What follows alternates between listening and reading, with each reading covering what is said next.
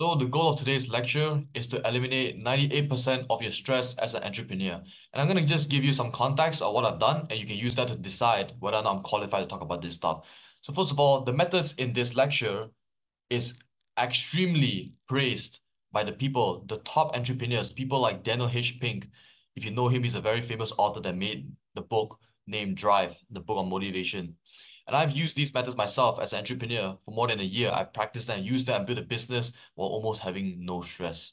And the second thing is, I made a Reddit post on a quick hack that I'll be showing you in a moment, actually, that blew up to 100K views. And I taught it to many people, and they said that it changed their lives.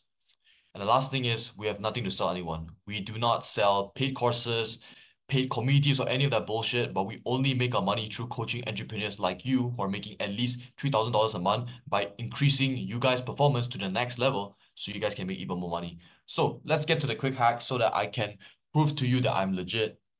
So you guys know that how throughout life or just throughout your days, right?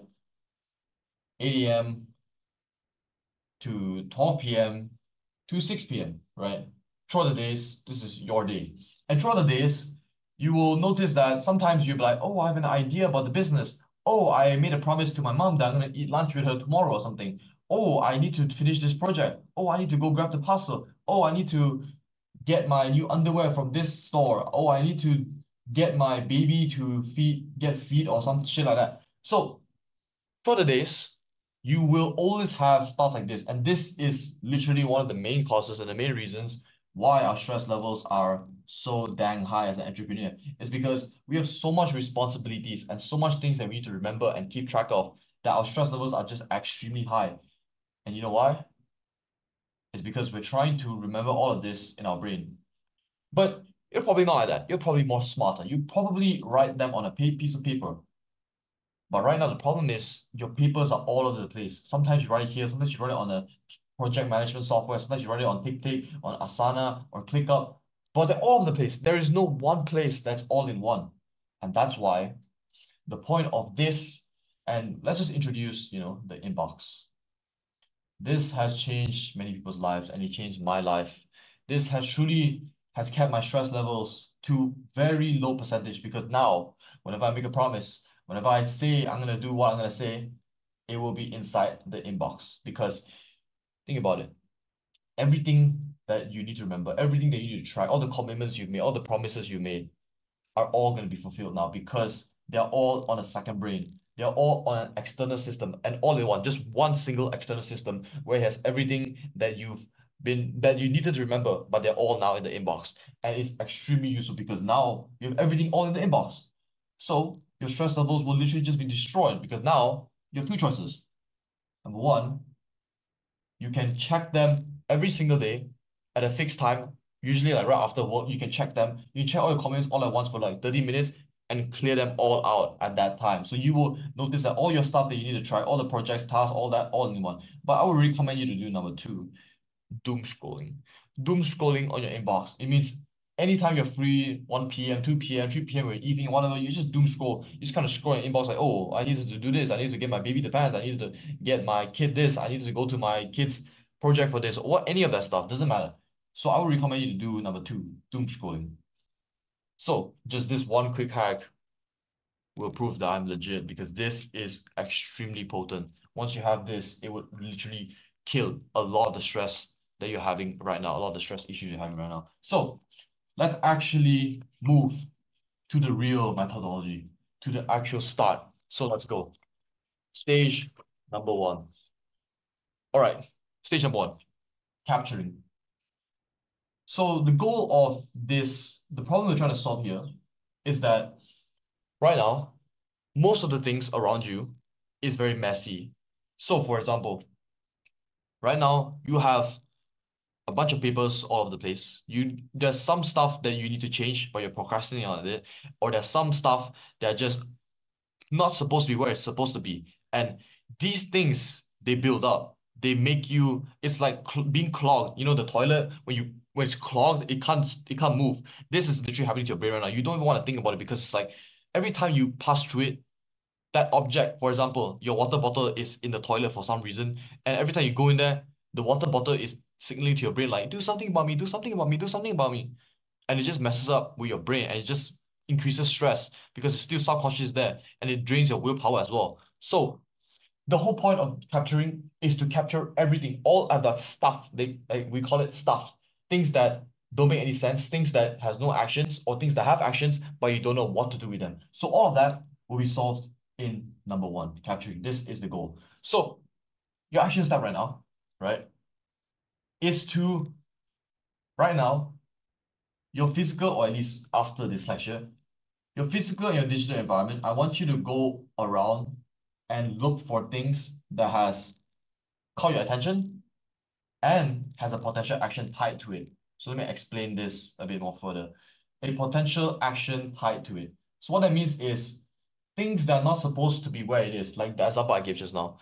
If your water bottle is supposed to be in your room and it's in the toilet, it's not where it's supposed to be. It's like having the knife, the knife inside a knife box, and it's not in the knife box, as in it's in the fridge. It's like, what the hell is it doing there? It's things like that, which you have a lot of them, that are still just stuck. There's no actions tied to it. I mean, there is actions tied to it. You're supposed to do something about it, but you just leave it there and just don't think about it. And this accumulates more and more. So the point here is to just do this, and to explain it more, they're basically just incomplete, like what I just said.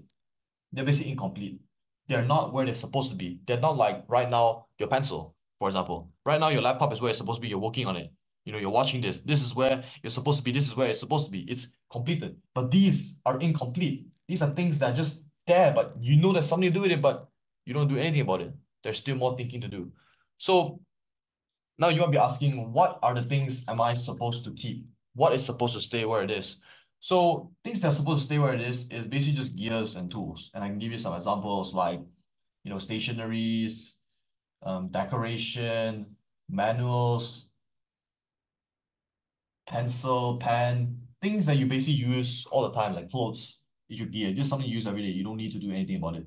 However, if there is potential action, if it's still incomplete, for example, a clothes on the floor, that's an incomplete, right? So that should not stay where it is. You should put that into your entry. So let me explain a little bit, right, on what inbox is. By the way, entry and inbox is literally the same thing. So you can basically just have something like this, literally very simple, a physical one. A physical one, you just have a box, something that's big enough to be able to hold papers, A4 papers at least. The bigger the better, honestly. So this is where you're gonna put all the shit. You're gonna find clothes, you're gonna find things that are not supposed to be where they are, put them all inside this physical entry. And then this is how a digital inbox is like. You can basically just have a Notion page and just have it right here. Very simple. Like the workbook, getting a new camera, all this stuff. These are all stuff. These are all things that you haven't captured. They're still in your head and they're messing with your ability to be able to deep work and focus on the most important thing. So now I give you the example.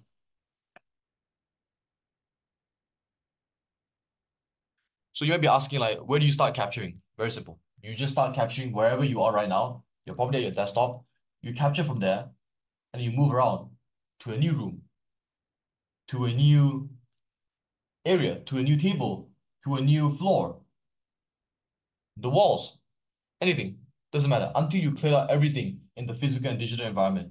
And what I mean by that is lists and organizers as well. So if you use any, which you definitely are, some project management software or productivity tools like Notion or TickTick or Asana, ClickUp, any of that, take them away and put it into your another actual digital inbox.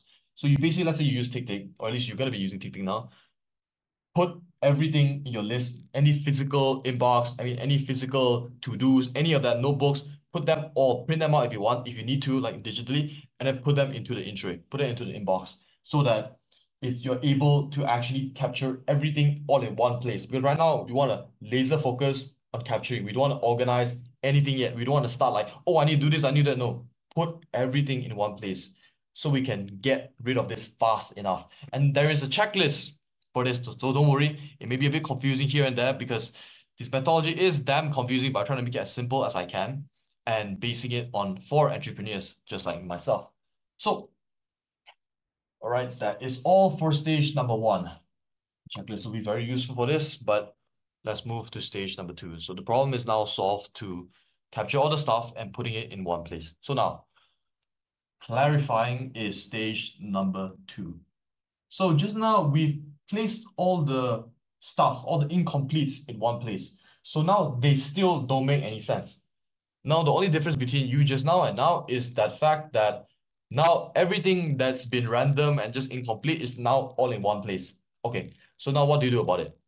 We know that there's something to do about it. So this is the whole problem we're trying to solve. We're trying to clarify. We're trying to make difference like, okay, which has actions, which don't have actions. Where am I supposed to put this? What am I supposed to do with this? So that your brain can actually get rid of that stress levels that's very high right now because there's so much shit, honestly. As an entrepreneur, there's so much stuff that you gotta do. So, all right, the rules here is you must always process the top item first, no matter what. The president of the United States of America can be having a letter right under it. You must not open it first. You must start from the top because what you don't want to be doing emergency scanning, which is why you're supposed to be doing this one item at a time as well. Right? This is very important. You don't want to.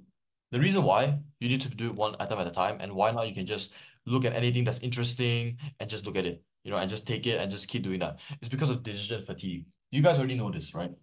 This is why Mark Zuckerberg and Barack Obama, squares the same clothes every day. It's because of decision fatigue. They know that each decision they make is gonna decrease their willpower. That's why right now, let's say, right, you have a 200 willpower points, right? And supposedly you need to make 100 decisions on the inbox, right? Whether or not to do what about it. So you do that, it takes 100 willpower points. So if you take one thing out and you don't know what to do about it, and you start to wander around and you put it back, and you take another one, you put it back. Again, never put it back into in. Once you take it out, do something about it, figure out what is next. So for that, right, let's say you do it an extra 50 times. You you kind of switch, you put it back and you put it back in, you take it out, put it back in. This just wastes your willpower. You're supposed to only waste like 100 times, but you're just adding an extra 50. So you're just wasting your mental power. It's like, why would you do that? So that's why always do one item at a time. Never put it back into in. That is the rules. This will really save you a lot more time and a lot more energy. So, all right, now we know the rules. Now it's time to understand how do we actually clarify stuff? How do we make sense out of it? So, for that, right, I'll be using this cheat sheet paper over here. Pretty sure you can see. So, all right, explain in simple terms, right? Stuff, as you can see, I talked about this just now. Stuff means things that are just incomplete. Things are just you don't even know why is it there. They're not where they're supposed to be. So in basket, as you can see, in basket is basically just inbox, same shit. No difference. They're the same shit. So after it goes to the inbox, which we've already completed, right? We've captured everything. And then now is the question, clarifying. What is it? Right? What is it? Okay. Now the best question. Is it actionable? Okay, we'll start with no first. Okay, if it's not actionable, well, you have three options. First, you can throw it to trash. And this is not about minimalism. This is about if it's important, keep it. If it's not important, just throw it. You only have two options. Either you keep it or you throw it. It's up to you. Nothing overcomplicated. Nothing less, nothing more. So after that, something maybe this. Now, this is one of my favorite things about GGD, honestly, is something maybe just means that there's nothing for you to do about it right now, but there might be later. So what that means is like your brother's birthday is like 3 months later. There's nothing for you to do about it right now, but maybe later. So you just put in something maybe. So something maybe literally just means someday maybe I'll do something about it. That's basically something maybe. So after that, reference material. I will dive deeper into all of this later in stage number 3 because this is just about clarifying. So after this is reference. So reference just means you need to file something and you need to retrieve it when it's required. For example, this paper. This paper is reference material, literally. Before I'm able to do this lecture, I need these reference materials. So this is literally reference. That's it. So yes, it's actionable. Okay. Now here comes the fun part. Now I need to explain what next actions is, right? What's the next action? All right. Next action. You see, most people they don't know how to do next actions. This is how they like to write the task. This is me also in the past. And I came from someone who was organizing my tasks for 6 to 8 hours every single day, trying to find my task. I'm not even doing shit. I'm not even getting any shit done. Call mom. Set meeting.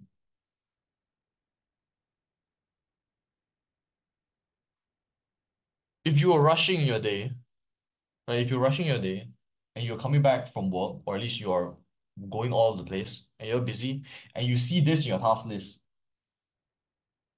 will you be able to start doing something about it? Or your stress levels are just going to increase because this is not even an actionable step. This is literally just a thinking step. This is not next action, this is next thinking. Because before you're able to even do this, you need to think further. Like, when am I supposed to call my mom? What am I supposed to call my mom about? And why am I calling my mom? Like, all these questions are not even done yet. Like, you're supposed to take out the phone, you're supposed to call her, you're supposed to do all this. Like, none of them are actionable at all. Right? This, to be honest, to change your life. If you procrastinate, you'll find that the reason you procrastinate is because things are not concrete. There is no actionable step. It just says set meeting, get clothes, buy this. What do they mean? What do they really mean in real life? Like, it needs to be concrete, it needs to be a visible physical activity that you do in order to be able to move the project to completion. So let's do this exercise together, right? All right. So right now, I want you to think about a project. Okay, let me explain what a project is in the simple terms, right? So a project is basically just any outcomes that you currently are committed to. So they're basically end goals in simple terms, right? If you're familiar with the OKR thing, this is basically just objectives, right? This is objectives, the outcome that you're committed to achieving. So let's say, for example, set the call mom thing, right? This is a next action, technically a next action. So above that, what's the project? What is the outcome you're trying to do? So let's give an example, right?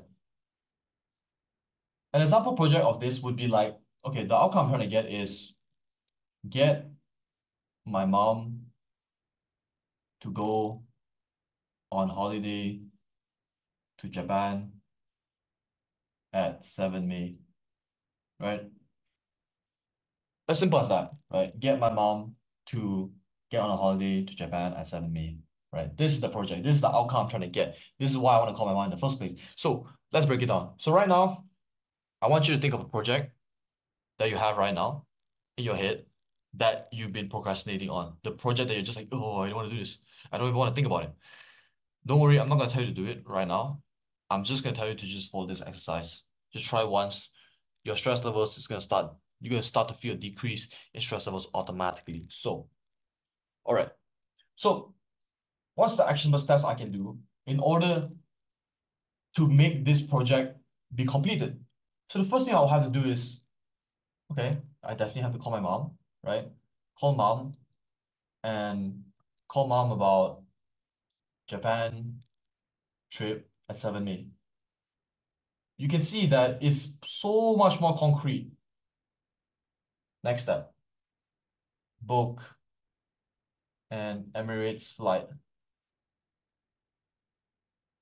for 7 days, right? More, book the hotel rooms for 7 days. This is just an example. As you can tell already, you can keep breaking it down until the last next action, which will allow you to finish the project, the outcome that you are committed right now, that requires more than one action step, right? Within this year, you can finish this project. That is the project. So if there's any project that is not currently committed right now, it's like a someday maybe, then just put it into the someday maybe, right? So I want you to do this right now for your project. You're gonna find that it's so much more better, because it's actionable steps. It's not anything vague anymore. It's actually concrete. It actually will move the project to completion. So we're talking about the next things, because this is some really damn useful stuff. All right. So as you can see, the next thing is projects. I'm not sure you can see, but it's projects, right? I already explained what projects is. So after that's project plans. So these are basically just plans and steps of the project, and this will allow you to even even know more like, oh wait, there's this actionable stuff I need to do. There's this next action I gotta do. And this is why you go back here. Okay. So now you got the next actions. Now you got the projects and everything, right? So will it take less than 2 minutes? That's the question. So if it's yes, you just do it right now. And if you have a lot of these 2 minute things, you can either do them during your shutdown, like after work hours. This is like your shallow work to do, but like it's very useful because it still moves projects to completion. You just do that. So, what about no? Okay, it doesn't take less than 2 minutes. So, if you're not the appropriate person to do this, just delegate it, right? Delegate it to maybe like the video editor. If let's say it's a video edit project, it's not for you. So you just put it into a waiting for list. But personally, I do not use a waiting for list, and instead I use agendas.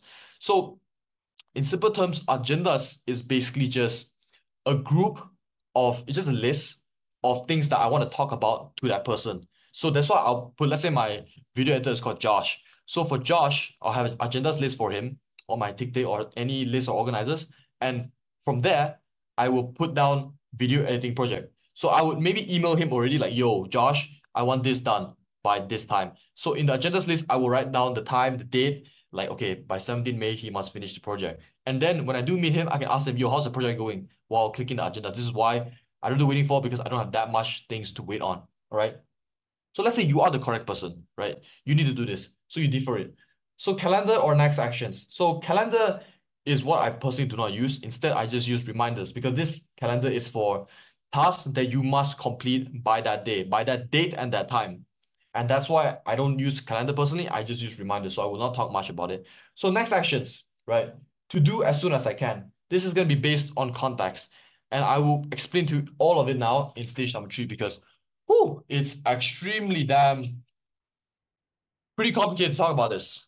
But the first time I met GDD, oh my God, it took me 2 weeks to study this, and it took me a long time to get used to it.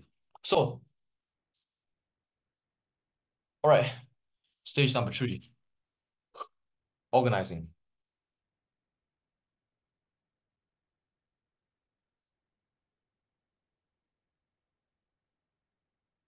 All right, so now we've captured everything, we've clarified them.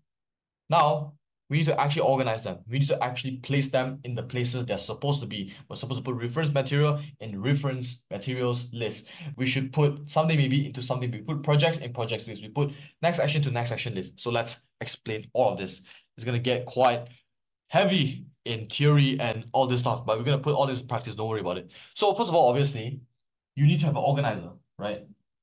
So you might be asking, like, what tool am I supposed to use? So it doesn't matter. You can use digitally or you use physical. Personally, I use both, and you can mix things up and see which is more suitable for you. So for digital, I personally use TickTick and I use Notion. The software doesn't matter. The system behind it though matters. TickTick is where I put all my next actions based on context, which I'll explain in a moment. And Notion is where I put my someday maybe, right?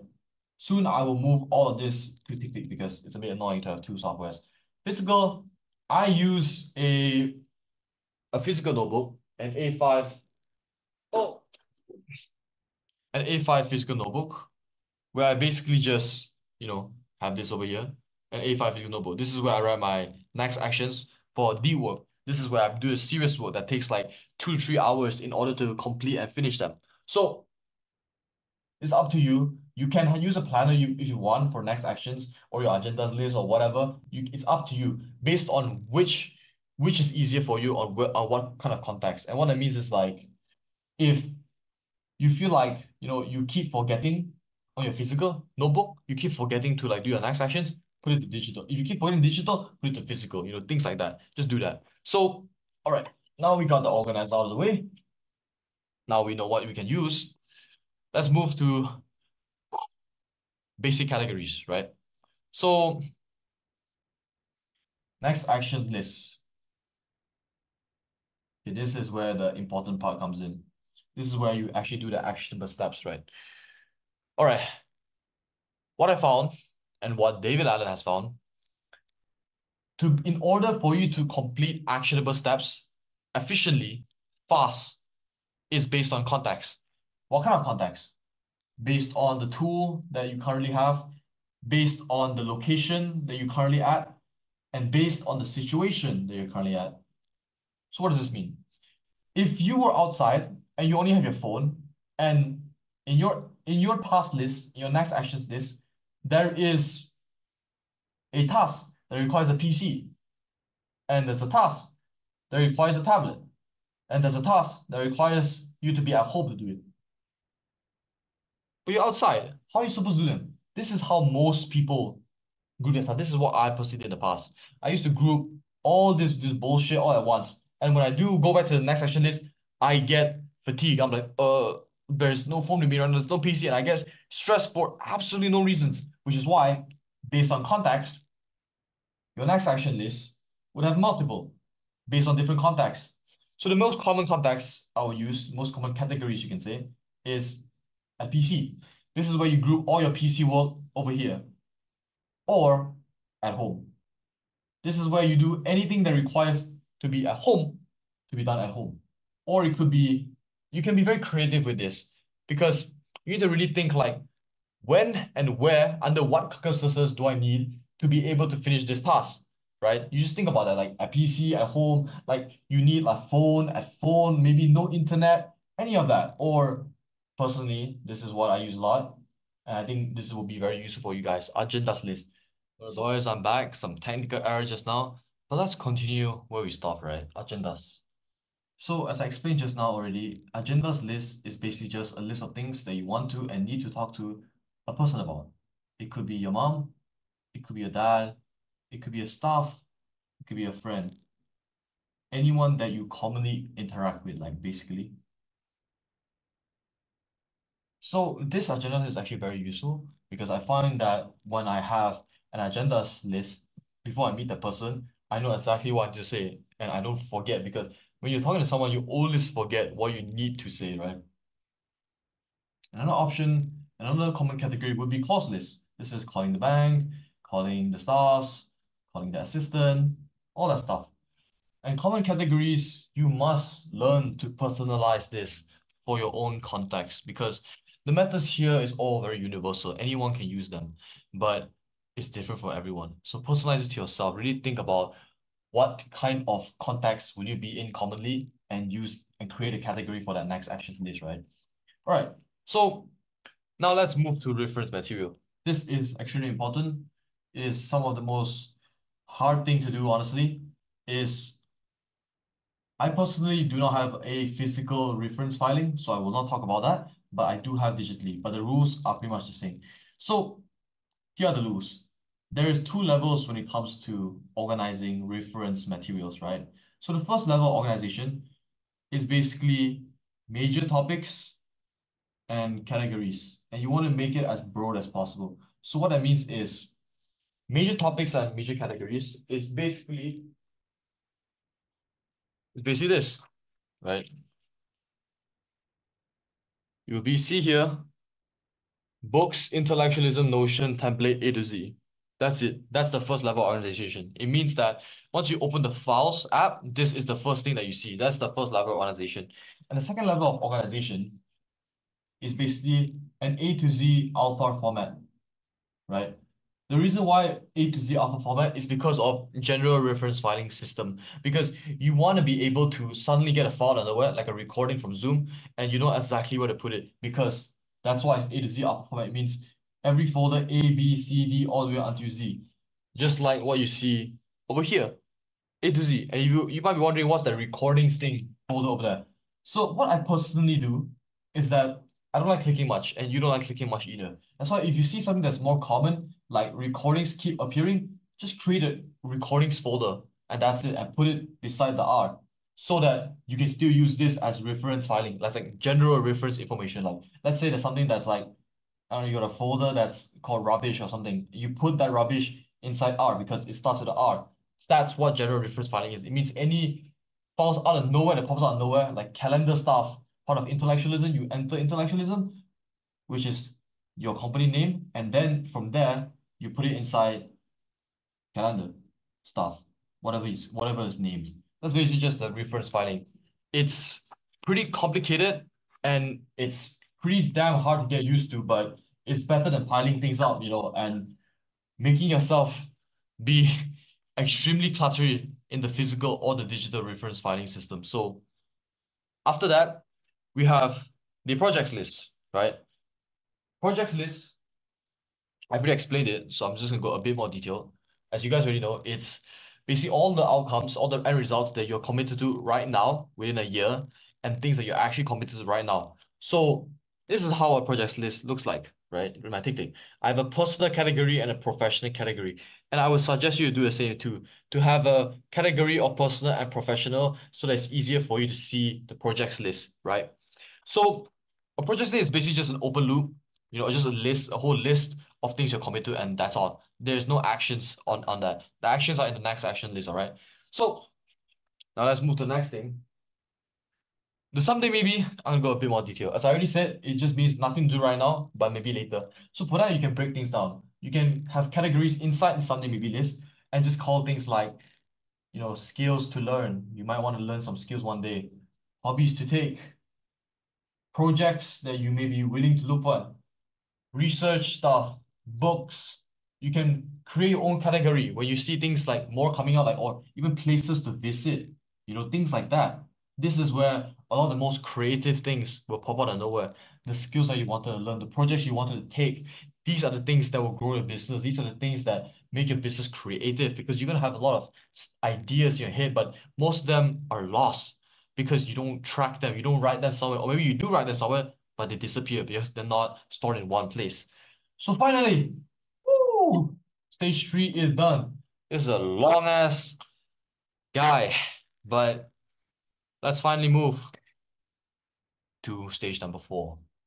Reflecting. I will not talk much about this stage because this is a bunch of yapping. So I'm just gonna summarize what reflecting is about, because the checklist will explain everything step by step and a whole checklist on how to review things. Because the whole point of this stage is to review everything that you've placed. The next action list, the someday maybe list, the projects list, and make sure everything is current and complete. Because you see, we as entrepreneurs, we are very busy. So sometimes we are so busy that we literally forget to delete next action list. We forget to update our next action list. And this is what stage 4 is about. It's about doing a weekly review where let's say after work, like after the last day of work, like let's say Friday morning or Friday evening, this is when you do your weekly review. This is where you just take your time, review someday maybe list, keep things current, capture anything that's incomplete and put it again into the inbox and do all that stuff. That's basically the whole point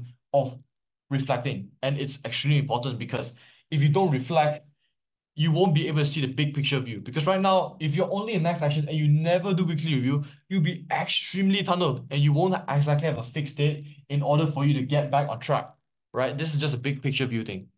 And the best time to do this, yes, as I already said, is just during a time that's after all the work, usually Friday morning or Sunday morning, depends on you. What time you are finishing your work. Maybe even definitely after hours is probably the best time when you finish all your hard work and you sit down, relax a bit, and just like, yeah, it's time to do some weekly review, right? So the last stage, finally, stage number 5. Stage number 5 is called engaging. So the point of this stage is simply just making the best action choices. This is basically like what am I supposed to be doing right now? What is the most effective way and the best thing for me to do right now? That's basically the whole point of this stage. So I'll give you a 3 criteria model in order to choose what to do right now. First, obviously context. This depends on what is available and what is not available. You should obviously always do work that's available, because like if you're doing work that requires a PC but you're outside, this is simply impossible, right? You don't have a PC. This is why context is first, because this is gonna be in order. You're supposed to go through based on context and then time available and then based on priority after that. Because none of them will work unless you have the context, unless you have the tools available to be ordered in order to finish that task, right? And then the second thing is basically time available, right? So this basically It's very self-explanatory. How long does it take? How much time do you have? Because sometimes you might be outside the train, but you only have 10 minutes. You definitely cannot finish a task that takes 30 minutes, obviously. So time available is obviously the second thing. Third thing, last thing is finally priority.